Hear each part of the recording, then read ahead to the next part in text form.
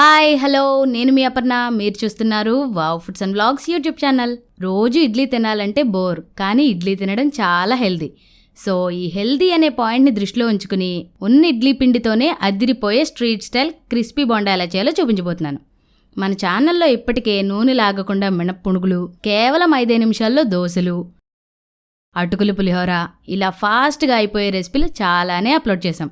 వాటిని కూడా చూసి తప్పకుండా ట్రై చేయండి. లేట్ చేయకుండా ప్రిపరేషన్ స్టార్ట్ చేసేద్దాం.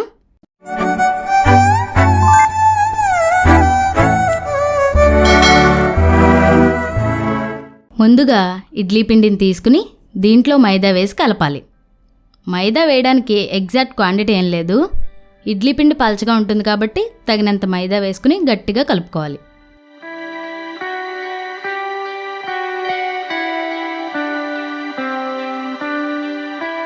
పిండి ఇలా కలిపాక సన్నగా తరిగిన ఉల్లిపాయలు,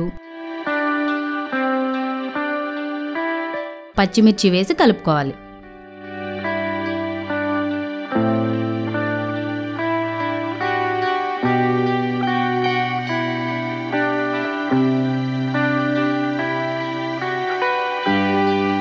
పిండి ఇలా కలపడం పూర్తయ్యాక ఒకసారి రుచి చూడండి.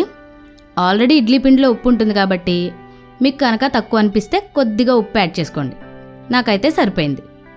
ఇప్పుడు ఈ పిండిని కనీసం ఒక అరగంట పక్కనుంచాలి. ఇప్పుడు స్టవ్ మీద బాండీ పెట్టి నూనె వేసి కాగనివ్వాలి.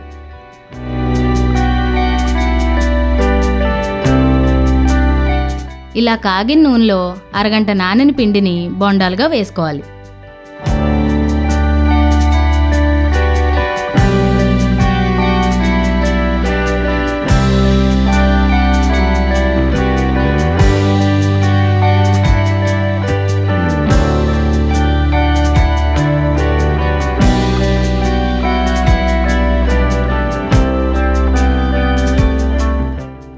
ఇలా ఎర్రగా 2 వైపులా బాగా వేగిన తర్వాత తీసి సర్వ్ చేసుకుంటే అదిరిపోయే క్రిస్పీ బోండా రెడీ.